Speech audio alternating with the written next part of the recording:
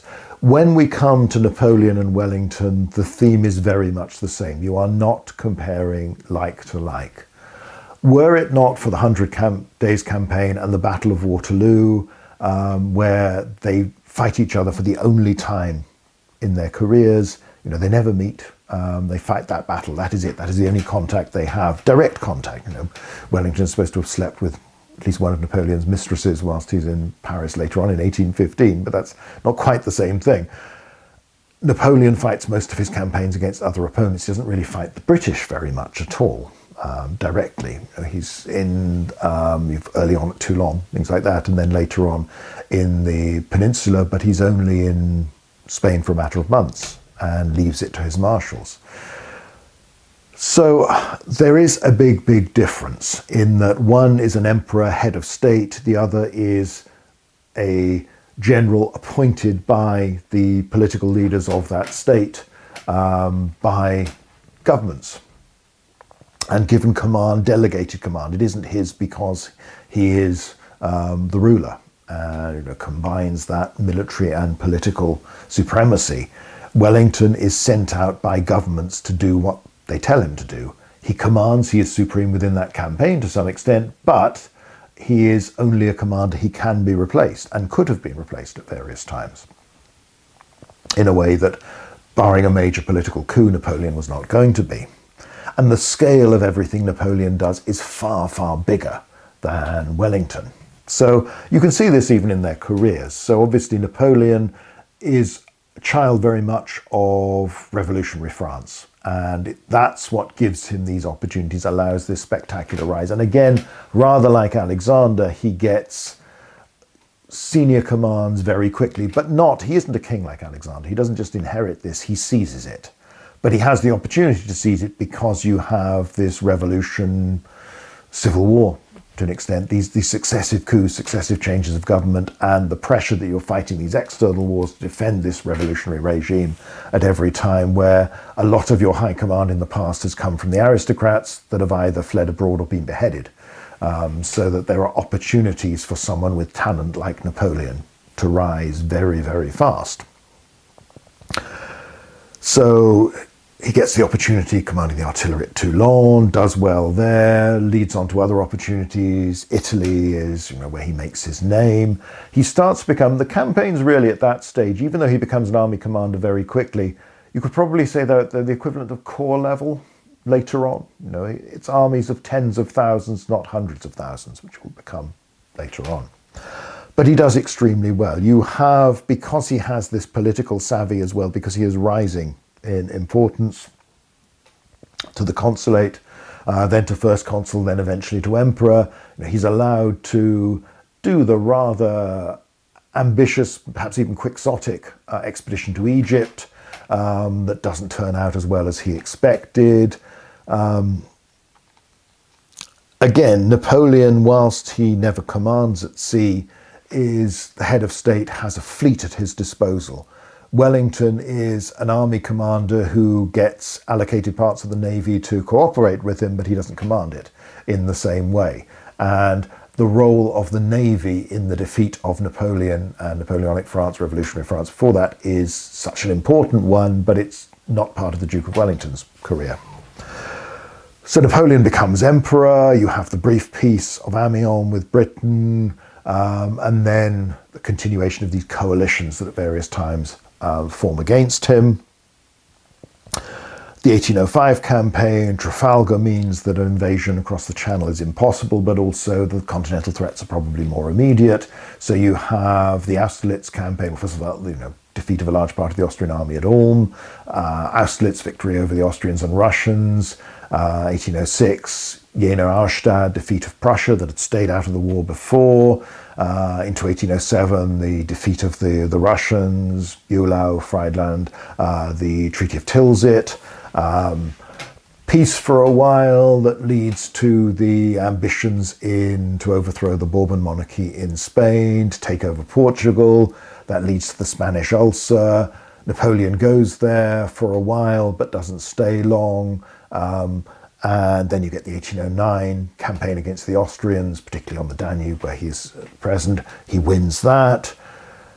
By this time, you're dealing with, in Austerlitz, the armies, well, I suppose it's never fully concentrated, but you're getting towards the 100,000 mark. You're getting to multiple corps of tens of thousands of men. So what you've started commanding has now become a component of your armies. And this has been developing all the way through to the point where soon it will be, you'll rarely have more than 100,000 in a battle itself, but within the campaign, within the maneuvering, there will be more forces than that are these self-contained armies that have got cavalry, that have got artillery, that have got supply, that have got engineers, as well as the hardcore of infantry divisions. And Napoleon is controlling these, and the corps d'armée system, where they maneuver to concentrate for battle, maneuver separately but fight together, with a level of flexibility that is nothing like the opponents simply cannot match, particularly at this stage. When you think of battles like Wagram, just how much bigger this is and more. The problem is that you gain an advantage because you're fighting in a more sophisticated, more innovative way than everybody else at the start, but they begin to learn over time, so the battles tend to become harder. But he wins. He negotiates, divorce of Josephine, marries Marie-Louise, tries to produce an heir, this sense of, again, this is an army commander, but also a head of state who is thinking towards how will I make this imperial regime last. Peace for me will be when the rest of Europe accepts that this is the case. However, peace for me is going to be difficult in a sense. France is always on a war economy in this period. It needs predatory warfare. It needs conquest to feed, partly to feed the demands of the army that supports the empire, but also just to boost France itself. You need to take from others. So there are routes to the continental system, this attempted trade embargo of England and English goods, or British goods, that Napoleon introduces that will lead to the intervention in Portugal, the attempt to take that over, but also then ultimately to the 1812 campaign when the Russians break away from this agreement and the invasion of Russia. That has roots earlier on. The French, Napoleon among them, had always thought they need to take a lot of economic might from Britain. They need it for France's own good, but both to weaken the British and strengthen France. So whether you could ever imagine Napoleon living at peace with everyone is much harder to say. It would have needed a radical reform of the economic system, which underpinned his rule and underpinned the success of France in this period. And there is never an opportunity for this to happen. 1812, he marches into Russia. This is an army of more than 500,000 men, maybe 600,000 plus, if you add in all the contingents. Vast thing, and probably too big to control effectively with the distances involved and the logistical element of it. This is probably going beyond what you're capable of doing with European armies in this period, before railways, perhaps, before railways, telegraphs, this sort of thing, make this a little more possible. It fails, he wins at Borodino, but doesn't win enough of a victory. Moscow is abandoned, Moscow is burned. He delays too long, still hoping he can win in 1 year, and ends up turning a retreat into a disaster, huge loss of life of troops that, in terms of quality, you will not be able to replace. Yet he has that miracle. He turns it around. He raises these new armies for the 1813 campaign and starts to win victories against the Prussians and Russians, who were the first opponents of him in Central Europe, and negotiates with them. But again, Napoleon, always the gambler, always wants more, turns down terms that probably in 6 months' time, after things have started to go badly, he would have wished he'd taken.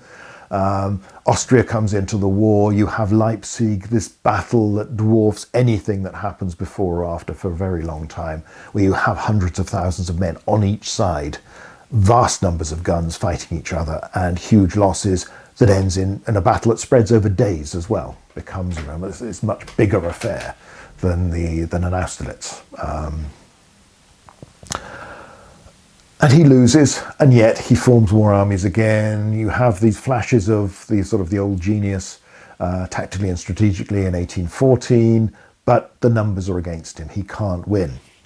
And he eventually is forced to admit defeat, forced to abdicate, goes to Elba, but within less than a year comes back, again has this miraculous ability to raise armies and organise them quickly. And even though, see my video on the Waterloo campaign, the army that he leads into Belgium in June 1815 is not what it had been, not like the armies of the height of the empire.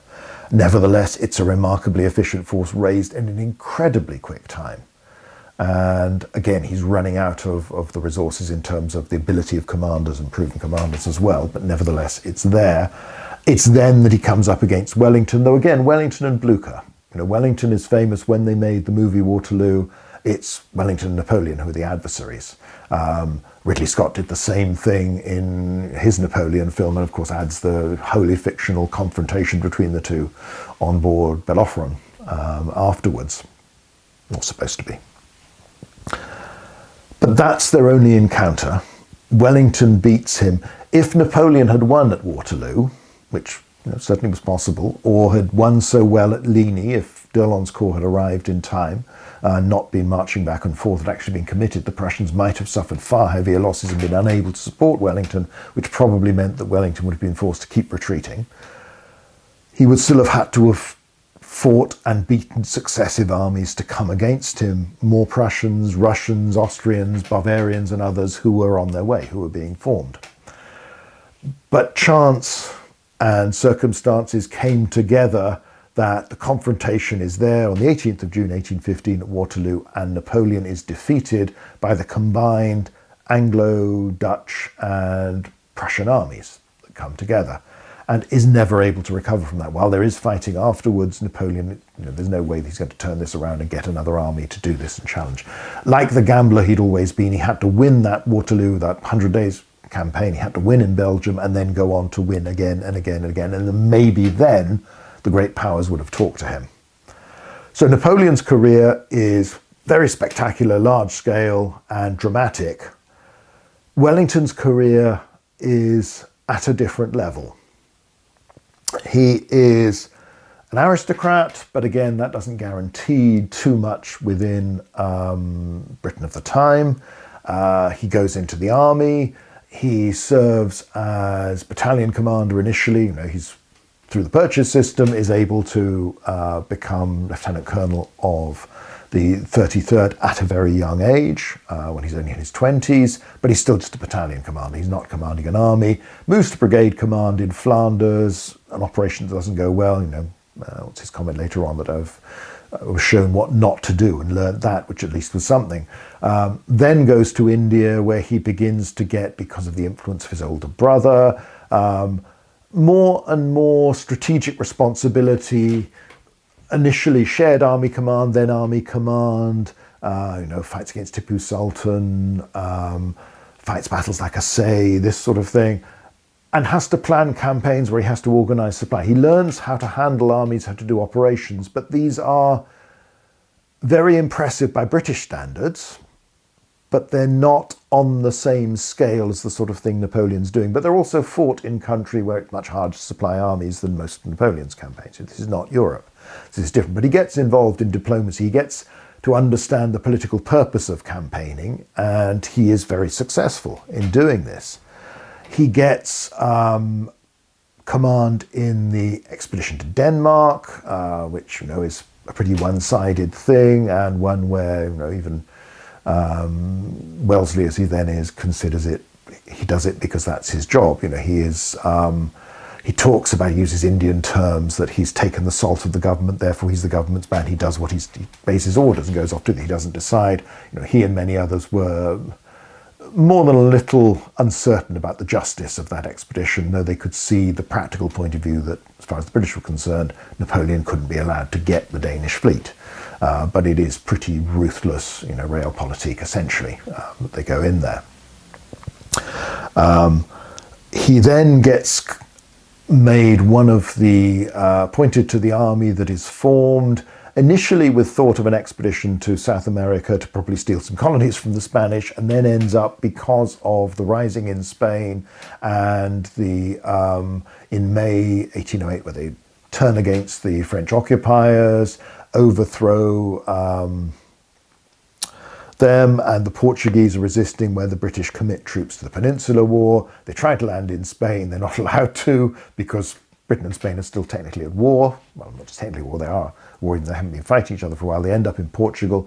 Because of the delay in the arrival of some troops and other commanders, Wellesley ends up as the man on the spot, commanding a force of, what, about 10, 12,000 Roleica. I'm not quite sure how to pronounce that. My Portuguese pronunciation, I'm afraid, rather confuses me. I try, but I just embarrass myself and probably upset the poor Portuguese whose language doesn't deserve to be mutilated in this way. And then Vimero, where again it's about 18,000. So, you know, fairly small corps by French standards.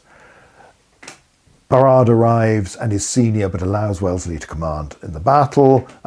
He defeats the French attacks and wants to pursue, is stopped from doing so. Other commanders, Dalrymple arrives, Sir John Moore is on the way but doesn't quite get there. There's the Convention of Sintra where the French are allowed to return home in carried in British ships and carrying their loot with them.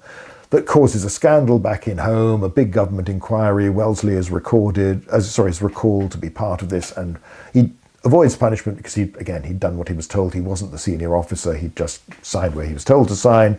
But Sir John Moore ends up inheriting a larger British army that still is not more than about 30,000 men. So again, it's like a French army corps.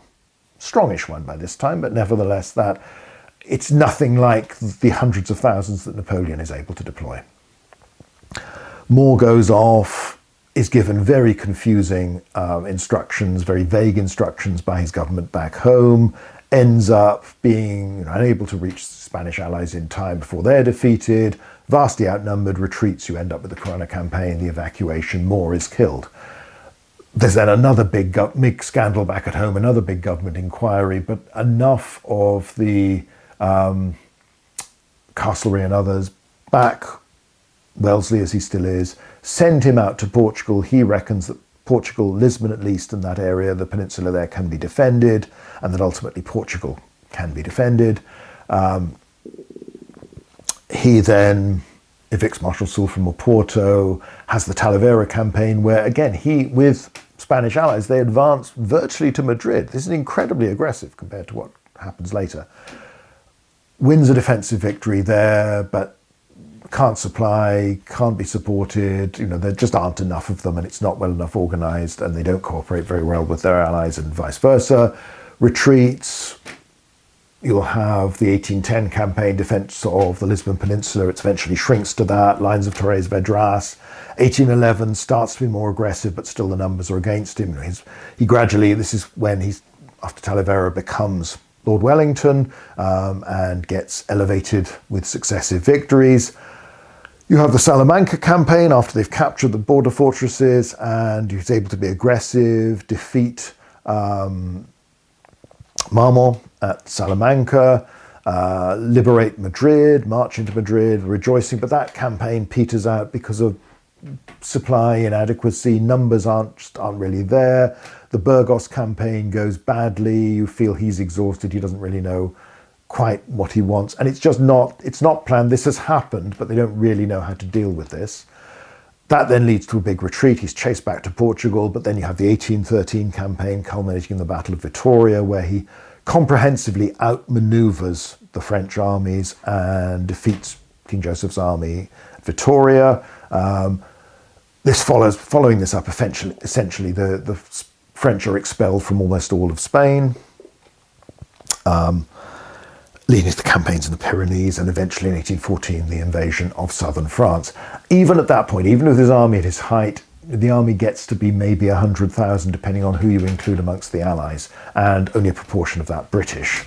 He never commands the sort of vast forces that Napoleon commands, and nor does he have the freedom to decide the strategy and dictate that himself. He is serving a government that tells him what to do and gives him so much resources, and he's also trying to deal with other governments, the various juntas in Spain, Portugal as well, that have been confused because they've been occupied by the French. So everything is disrupted. Economically, these countries have had all sorts of problems because of the war being fought in this area, let alone the occupation.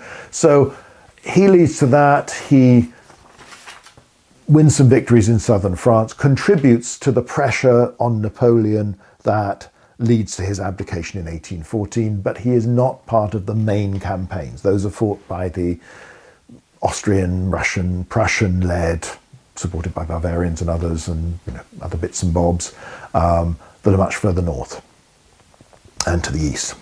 So he then has a diplomatic role in negotiations afterwards.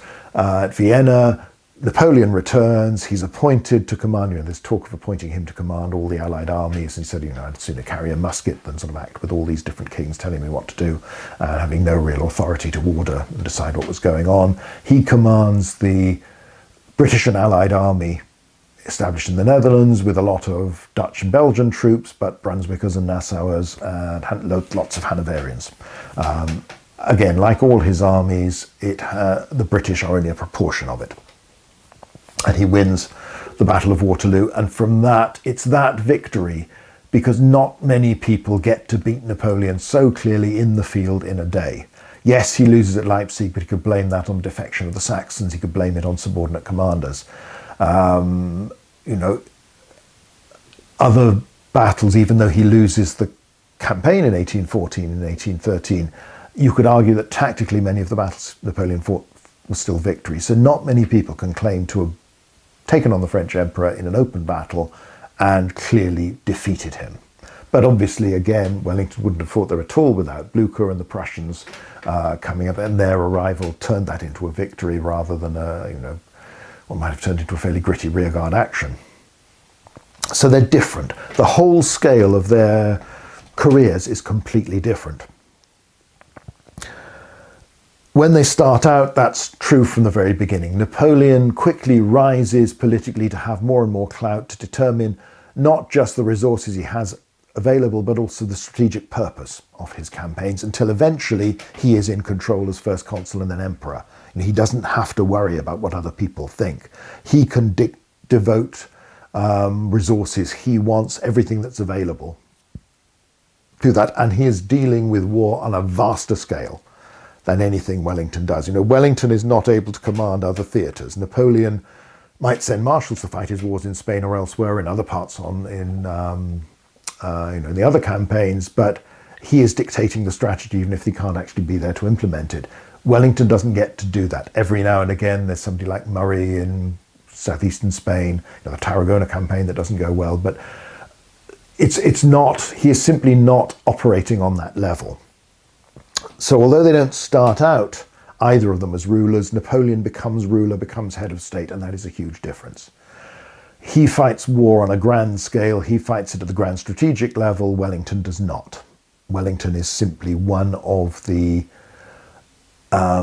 pieces on the board, in a sense, a very important one, and a very able one, and what he does at the strategic level, as he plans out his campaigns, is extremely skillful, extremely well thought through, extremely effective. Neither man is perfect. Each one of them makes mistakes, but they're just operating at a different level.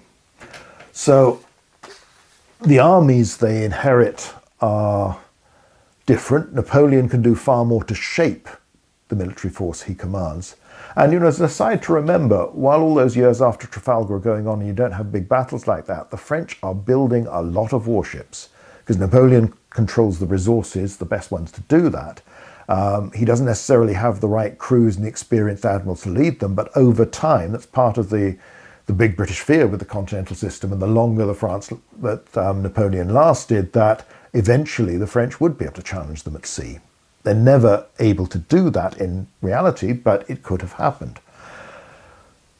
Napoleon is able to shape his army to a degree that Wellington cannot do. Wellington doesn't even get to choose too many of his divisional brigade commanders. He has to deal with the people offered to him and sent out to him.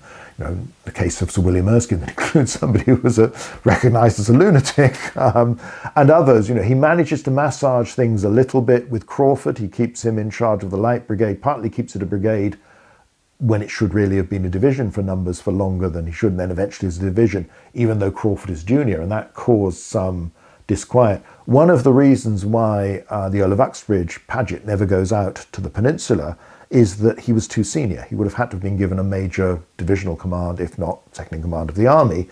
So the idea you could send him out and you've got this great cavalry commander and he could have been commanding a cavalry division or something like that. He was too senior for that. Something we'll talk about another day.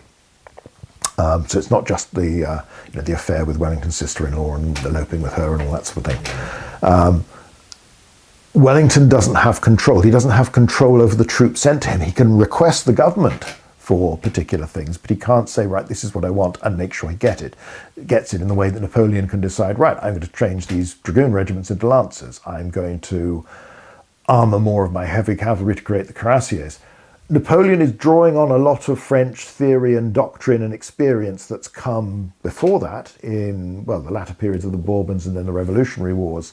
But he has far more power to do what he wants and create what he wants. Wellington doesn't have that. He can train troops once he's got them there, but he can organise them into divisions that become more permanent than anything the British have had before, and even loosely some groupings of divisions together. But he has to deal with what he's got, what he's given, rather. He can't just create it. And he's also then got the element that at least a third of his army is Portuguese at any one time, so he's dealing with a different system. Again, there's a question about the Portuguese and British officers serving with them. Maybe we'll do that sometime. Spanish allies as well, later all the different allies in the 100 Days campaign that have different drill manuals, different traditions, different ways of doing things, where he can't select all of their officers, even to the degree that he can ask for or request for people in the British service. So again, it's different. And the French army Napoleon leads unto it, you could argue perfects in the early days, 1805, 1806, those sort of campaigns before the army expands too much and the casualties get too heavy to take out so many of your best and most experienced people. This is an extremely effective force fighting in the best way possible that allows the corps d'armée system, allows these manoeuvres that he carries out. Wellington is dealing with a British army that's catching up, that's been run down very badly before the Revolutionary Wars begin, that hasn't got a very good record until the Egyptian campaign in Alexandria. Things start to turn around a bit, but certainly is not thought of as one of the big and great armies of the world in those days, and never has the numbers to match Russians, Prussians or Austrians or anybody like that. The British could not have sent an army to Central Europe and fought there with any hope of success unless they had major allies. They can only fight even in the peninsula or at Waterloo because they've got allies. So it's a very different thing. The enemies they face to an extent are each other. Napoleon obviously fights far more people than the Duke of Wellington. Essentially, after India, Wellington fights the French. That's it. Various versions of this army Napoleon has created, even though Napoleon is not there. He doesn't come across cuirassiers nor do his soldiers in the Peninsular War. And that, they draw a lot of attention in the accounts of the 100 Days campaign. This is clearly a bit of a shock, facing these very heavy cavalry you haven't fought before. But basically speaking, a French army is a French army, and you can argue after Waterloo came on in the same old style, and we met them in the same old style. Napoleon, however, is fighting Austrians a lot. He's fighting Russians, he's fighting Prussians. Those armies reform and modify, and Napoleon tries to match them. He fights different opponents, he fights different commanders. So Wellington fights a succession of French marshals in the Peninsular War and learns to deal with them, try and understand them, but they're all coming from a broadly similar way of doing things, whereas Russian approach to warfare is fundamentally different to Prussian, is fundamentally different to Austrian. Similarities as well, but a lot of big differences. The way they appoint commanders, the way they work together, then the coalitions that these different armies combine to form. Napoleon has to adapt to a lot more, but again, it comes back to this sense he's fighting war on a bigger scale. And Napoleon defeats lots of different opponents. Though broadly speaking, in terms of horse, foot and guns, they are European armies with very, generally similar approaches to warfare. But nevertheless, he has to do that in a way that Wellington does not. So as enemies, you could say Napoleon is going up against the First Division, the top of the league, the main military powers of Europe, again and again. Wellington is fighting the French army, which has beaten all those great powers and is extremely good, has been shaped by Napoleon, but again, it's the a mixture of experienced troops and experienced commanders, and less so. There's, it's interesting if you look at French cavalry in the Peninsular War, how few of the really successful generals from the earlier campaigns in Central Europe wanted to go to Spain. And how often you have colonels commanding brigades and things like that because there's nobody else there. It's a bit like the British Army in the American Revolutionary War, especially in the southern campaigns. A lot of experienced officers didn't want to serve in America, whether through sympathy for the cause or just didn't want to do it. So you end up with, you know, again, colonels and people with brevet rank commanding brigades and formations. And that doesn't mean they're not good at their job, but it does mean that there's something wrong with the system because they're not supposed to be doing that. So if we look at the achievements and the ability of others, Napoleon clearly achieves more. His victories are more spectacular, they're on a bigger scale, and he beats this whole range of opponents. He has shaped this magnificent army to do this, and he's picked the marshals, many of whom, you know, they've all shown talent to get there, but many prove to be very gifted commanders. They tend to work better when he's there keeping an eye on them than they do independently, where they bicker more. But nevertheless, you know, Ney tends to get summed up as the supposedly rash cavalry charges at Waterloo, but he had a pretty good record up until that point. He may well have been exhausted after Russia and not the man he had been. You could say that about a lot of them. I mean, again, the marshals, gradually they break down, they become too unfit to campaign, or they get killed. You know, Lannes and Bessières, Berthier, you know, the numbers like the Lassalles and others, lower level commanders, they lead in a very bold style and they pay the consequences. So you have this army, but gradually it's like well, to quote Bilbo Baggins, butter scraped across too much bread. Napoleon's army keeps on expanding. It has more and more non-French troops, some of whom are good, but don't have the commitment to his cause that the French generally had, and don't have that sense of being special. We are the armies of France, we are the soldiers of France, we have beaten the world, we are better. It's a little bit harder for an Italian or you know, Westphalian or someone to think in the same way because you're not quite so directly part of that winning empire. So the army becomes bigger, but probably qualitatively less efficient, whilst your opponents are learning and getting better. He does rely on the ability of others, but that becomes even more important the bigger things get. And one of the reasons things don't go so well in Spain and Portugal is that Napoleon spends so little time there and tries to direct it from a distance, which doesn't work. And that fails because you have Wellington and his army that prove so good to face them, but you also have the Portuguese and Spanish, enough of whom will not quit. And you have Spanish armies in the field, you have the irregulars that tie down so many French and wear down these units, the attritional rate in disease, in inaction of the troops that are stationed there, again, helps to erode that high quality and confident and victorious army that Napoleon had early on, is worn down in Spain. So both rely on the achievements of others, and again, remember, in the end, you can say that the French war effort comes down to Napoleon and a lot of his decisions, a lot of his actions, and that's how he wanted it. You know, that's the whole cult of the empire and the emperor. Wellington is part of a much bigger thing. So Wellington doesn't have that freedom, but he doesn't have that responsibility. So Wellington doesn't win the war against Napoleon. Napoleon's decisions lose it, but there are lots of other commanders out there on the Allied side. Even from the British perspective, you have the role of the Navy, mentioned already, that allows Britain to survive, allows Britain to keep fighting, and ultimately squeezes the French Empire economically. So they're not doing the same thing once again. They both rely on other people. They both have able subordinates and others who let them down. You know, you have bad decisions made by some of Wellington's subordinates. Even Picton doesn't seem to have been his good battlefield commander of a division, doesn't do so well when placed in charge of a couple of divisions on his own. Graham, you know, Ross, a remarkable character, and has it's an incredible story that a novelist, you know, wouldn't dare to make up. is not such a good tactical soldier and doesn't really control. He does command one of the wings at Vittoria, but later on, for instance, when he is given command in Flanders later on, doesn't really come across as a terribly skillful battlefield commander. People have criticised Wellington that he doesn't produce more Wellingtons. He doesn't train more people and teach more people to act as he does, and so much of the way he does things is personality based. He has this great industry.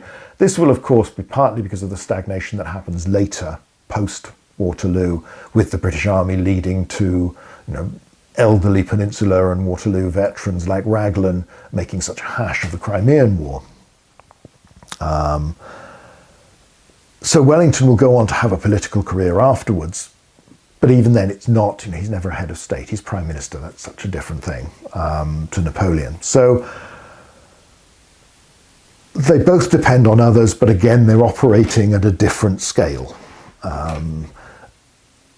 Wellington is an army commander, Napoleon is a war commander. He is an army commander as well, but generally of much bigger armies. But he's a head of state, he's commander of the entire war effort. Wellington is just doing part of that in his own particular corner and doing it very well. But both of them do very much rely on their own personalities, their own talents. They have great faith in their own abilities and not necessarily those of other people, partly through hard experience. So Wellington in particular is very much a details man, be everywhere, do everything. And that's particularly the case at Waterloo tactically. He is everywhere, and he's rather broken up the command structure of his army, the corps level certainly. But even in the peninsula, he does so much and exhausts himself through doing that. And again, had he died, or not, it's hard to know whether the British Army could have replaced him and done half as well. So he does play an important role. There is immense talent within this man. Not just, oh, I'm a genius, I go and do things and everything's perfect from the start. He does make mistakes early on, he does learn. That's something I might do a video on sometime, because it's always interested me. And there's this tendency to think, rather like Napoleon, they're just a genius. Well, they do learn as they go along. Napoleon probably is past his best by the later years. Again, to try to do all of the things he does and take so much of it on himself is not just a sign of this immense ambition, but it's asking an awful lot of any human being. So again, achievements are there. Napoleon's a more spectacular, bigger scale. Wellington's are very admirable. Wellington was a very able commander, and when it comes to the crunch, it's Wellington is on the winning side at Waterloo, Napoleon isn't. But whether that, that's a lot to do with how that whole campaign comes together. And of course, Waterloo is an Allied victory with Blucher and the Prussians arriving. Without them, this would not have been a victory. So, but before that, Wellington has won battle after battle. He doesn't lose. Even when there are strategic failures, his army is not destroyed. He's never forced to do a Sir John Moore and evacuate, though they prepared for that in 1810 in case the lines of Torres Vedras didn't hold. The ships were there waiting, but he was confident they wouldn't need them. Napoleon does lead armies to campaign defeats. Russia is a monumental disaster. And from then on, the 1813 campaign, though there are battlefield successes, he isn't able to put them together into winning the war. Ultimately, Wellington does put his battles together to win the campaign he's fighting that is part of this wider war. Win the Peninsular War, if you use that term. Though again, it is part of that wider struggle involving the French Empire. So they are both very able men. Wellington is able to finish his career never having suffered the military defeat that Napoleon suffers. Less ambitious, less operating on a smaller scale, but what he does well right to the end. He's probably, in terms of health, fitness, still just about close to his peak then, but feels exhausted, doesn't want to fight another battle, is glad he never has to. Politically, his career is nothing like as spectacular as Napoleon's, but then it's in a different country, a different system, and we haven't really got time to talk through all of that. You're not comparing like with like is essentially the point we've had. So again, our final question, impact on the world, good and evil. Wellington, I think it's hard to avoid the thing that it's good. I mean, I'm British, so obviously I'm proud of this part of my nation's history, feel that we were doing the right thing. Opposing French domination of the world was a good thing, and that Britain played an important key role in that, but you've got to think of without the Russian campaign, without the resistance of Russia, it's hard to see how Napoleon could have been defeated in the longer run. Whatever happened in the Peninsular War. And really the liberation of Spain is only possible because French troops are being withdrawn and those armies weaken because Napoleon needs them elsewhere. So it comes back to this wider struggle. Napoleon is terribly ambitious. I come back to the Conan Doyle comment that I used in my biography of Caesar, because to some extent it's how I think of Caesar, is that whenever you begin to admire the man, in Napoleon's case, I was talking about, you come across something he did that's really unpleasant and contemptible. But that whenever you decide that he was an absolute villain, you come across something that's rather worthy and good and admirable. Napoleon is hard to pin down.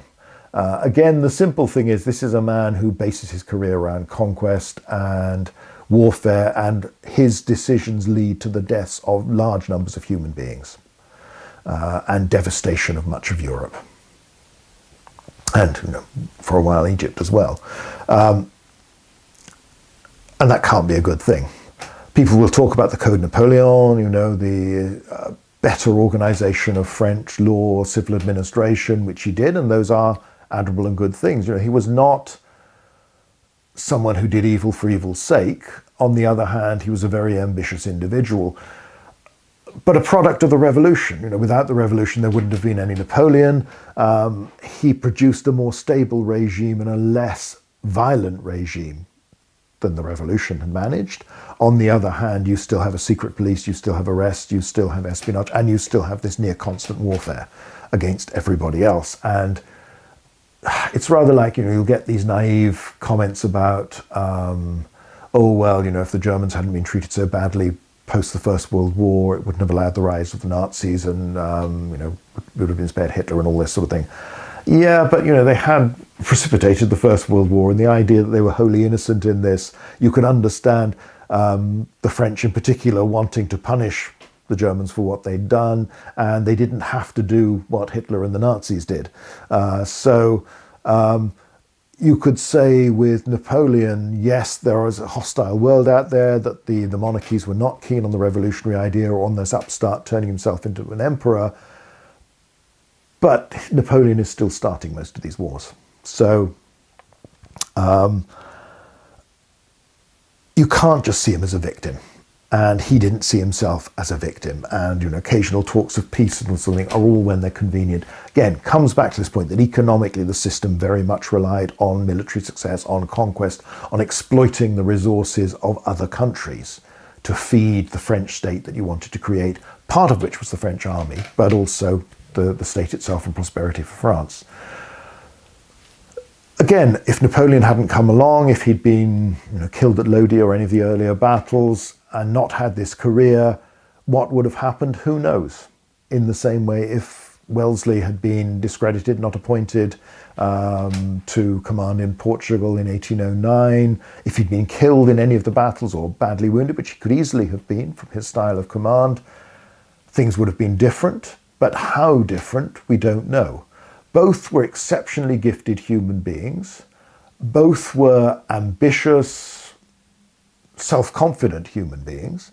Napoleon to an exceptional degree. Napoleon operated on a different scale. Napoleon was far more responsible for his actions.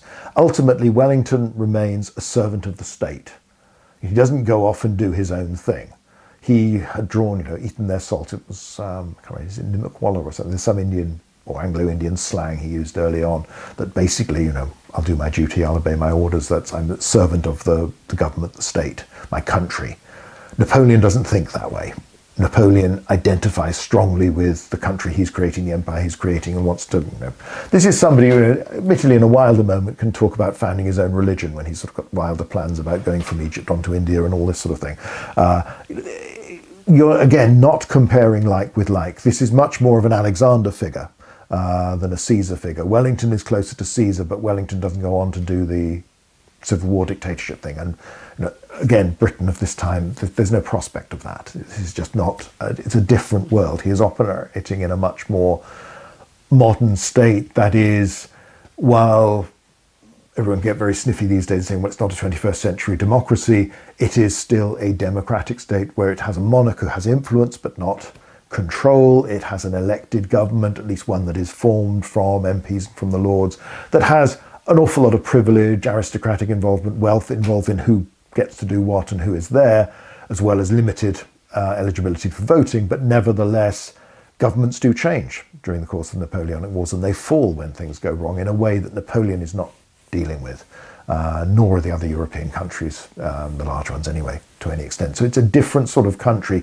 Wellington is the product of a very different state and is an exceptional leader within that state. He must stand up as one of the greatest commanders ever produced by Britain, and deserves to be among the list of great commanders in world history. But doing what he did very well. Napoleon is a genius, an ambitious megalomaniac, whatever you want to make of him, somebody operating in a different way, who is politician and military ruler and conqueror and all these things. So it's easier to hold Napoleon responsible for a lot more evil that happened in the world. And you can see him very much as a villain, but some still see him as a hero. And there are aspects of, some of what he did was good, and he wasn't evil for the sake of being evil as ruler, but he did have a particular agenda that was for his benefit, for the benefit of the France he led. And sort of ideas of it's a bit like some of the wild stuff you get talked about Alexander, of sort of sense of creating this new peaceful state and where everybody could be happy and live in harmony is, not going to happen, and wasn't really a priority at any point, partly because there wasn't an opportunity to do this, but they're busier fighting, winning, conquering, and that's the image. So just as Caesar and Alexander are different, Napoleon and Wellington are very different, and you can't altogether compare them to each other, let alone to their distant predecessors. They're each products of the society, the state that produces them, and push things to the limits. But again, Wellington, yes, he'll become prime minister, but it's not through any coup or anything like that. He stands in a different category to the others. But all had immense ability, and whatever we think of what they did and why they did it, that talent stands out. These were incredibly gifted human beings. Napoleon, Alexander, Caesar were highly charismatic. Wellington, not in the same way. He didn't like his men to cheer him because he thought, well, if they cheer one day, they might boo me the next day. Whereas you have that ecstatic welcome that Napoleon could get from parades of his troops and on the battlefield and all this sort of thing that Alexander could do, Caesar could do. Wellington, that's not his personality, it's not what he tries to do, but it's also something that he's not in a position to do. He is not such a political figure in the same way. So there we are. That's some thoughts on Caesar and Alexander, Wellington and Napoleon. If you want me to do more in detail about their generalship of any or all of them and of other commanders, put it in the comments, put it in the suggestions. I'll see what I can do. But hopefully that was of some interest today. Thanks for watching.